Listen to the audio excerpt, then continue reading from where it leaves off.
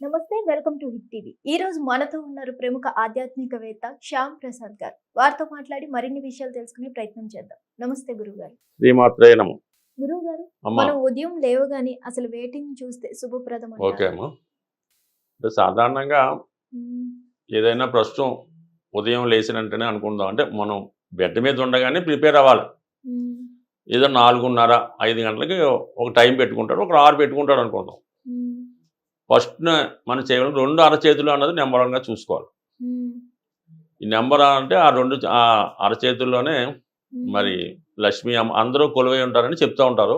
మ్మ్. అది చూసుకోవడం వల్ల చాలా వరకు బాగుంటుంది. మ్మ్. అందుకే చాలామంది ఉదయం లేచినంటే 2 అరచేతులు కొద్దిగా ఇలా రఫ్ చేసి ఇలా కళ్ళ పెట్టుకొని లేస్తూ ఉంటారు. మ్మ్. ఆ తర్వాత ఏం చేయాలంటే కిందకి దిగుతాం కదా భూమి మీదకి. మ్మ్. భూమి మీదకి దిగే ముందు ఒకసారి భూమాతకు కూడా నమస్కారం పెట్టుకోవాలి. మ్మ్. ఎందుకంటే ఈ రోజంతా మరి మనల్ని మోస్తుంది కాబట్టి, అంటే మంచం మీద ఉన్న మోస్తుంది, మ్మ్. కింద కాళ్ళు పెడుతున్నాం కాబట్టి పెద్దవారి కాళ్ళు టచ్ చేయడం తప్పు కాబట్టి మనం భూదేవుని కూడా నమస్కరించుకొని మనం శుభం ఇలా చేసుకుని పెట్టాలి. మ్మ్. దిగడం కూడా మనం ఉత్తరం వైపు కానీ తూర్పు వైపు కానీ దిగాలి.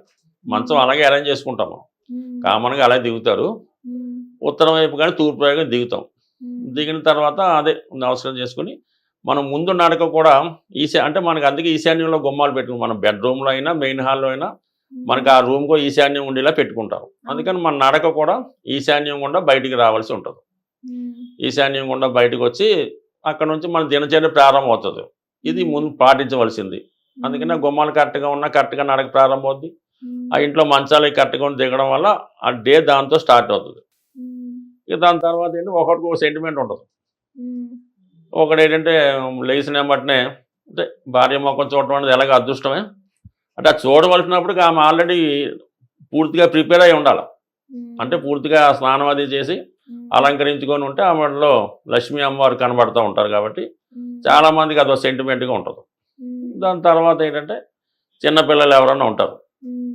మనవడో మనవరాలు ఉంటారు, లేదంటే కూతురు కొడుకు ఆ వయసుని బట్టి ఉంటుంది. మ్మ్. పిల్లలు మళ్ళీ పర్లేదు, వాళ్ళు ఎలాగున్నా చూడొచ్చు. మ్మ్. భార్యను మాత్రం చక్కగా ఈ విధంగానే చూడాలి తప్ప మ్మ్. మామూలుగా అయితే కొద్దిగా అది వాళ్ళు కూడా కనబడకూడదు. చెప్పాలంటే స్నానం చేసిన తర్వాతే కనబడాలి. మ్మ్. ఏదో పిల్లల్ని చూడటం అనేది అలవాటు. లేదంటే కొంతమంది బాగా మనకి వ్యవసాయ కుటుంబాలు అవి ఉంటే మ్మ్. డైరెక్ట్గా గోశాలకు వెళ్ళి, మ్మ్. అంటే కామన్గా పూర్వం ఉంది కదా, అవునండి. ఆ గోవుని ఒకసారి చూసి ఆ గోవుని నమస్కరించుకోవచ్చు. మ్మ్. లేదంటే పాలు మ్మ్. చూడొచ్చు. మ్మ్. ఇంట్లో ఉన్నటువంటి వస్తువులు ఇవి మనం ముందుగా చూడవలసినవి. మ్మ్. అయితే ఏంటంటే లెగిసిన వెంబటనే ఈ చెప్పులు, మ్మ్. కొంతమంది ఇక్కడే చెప్పులు పెట్టుకుంటారు. అంటే పెడిసినంటే చెప్పులు తొడుగుతారు కదా, అవును. లేచిన ఆ. వెంటనే చెప్పులు తొడగడం, ఫోన్ తీయడం. అది చెప్పులు అన్నది 90% మార్నింగ్ చూడకూడదు. ఇంట్లో అసలు చెప్పులు వేసుకోకూడదు. ఏదో అది కొంత రోగంతో ఉన్న వాళ్ళ పెద్ద కాదు కానీ మ్మ్. కామన్గా అన్నది చెప్పులు అన్నది ముందు చూడకూడదు. మ్మ్. తర్వాత చీపురు, మ్మ్. చీపురు కూడా మనం ఫస్ట్లో మ్మ్. చూడకూడదు.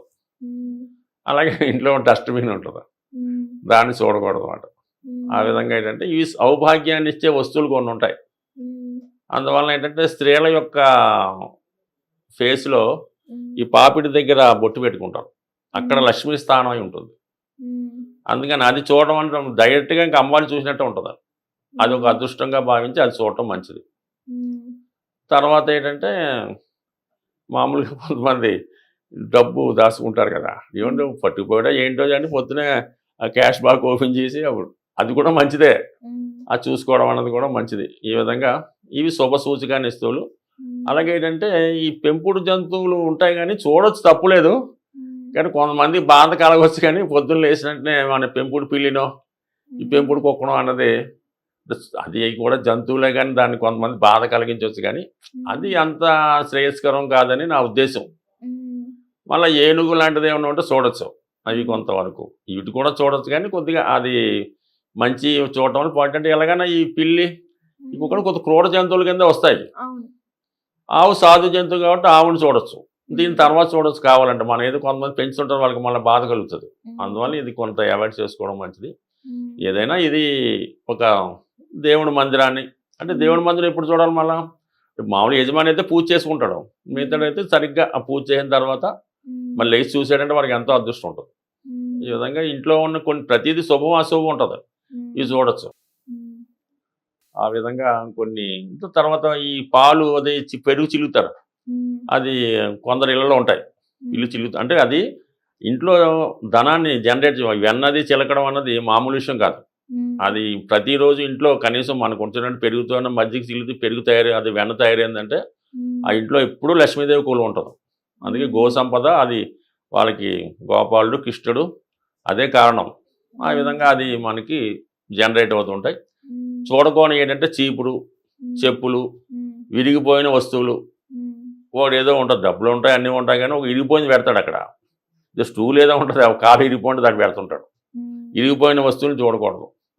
ముఖ్యంగా మరీ ప్రమాదం ఏంటంటే విరిగిపోయిన అద్దం. సరిగ్గా మనకి ఈ టాయిలెట్ అదే షేవింగ్ చేసుకునే దగ్గర ఎదురుగుండా అద్దం పెడతారు.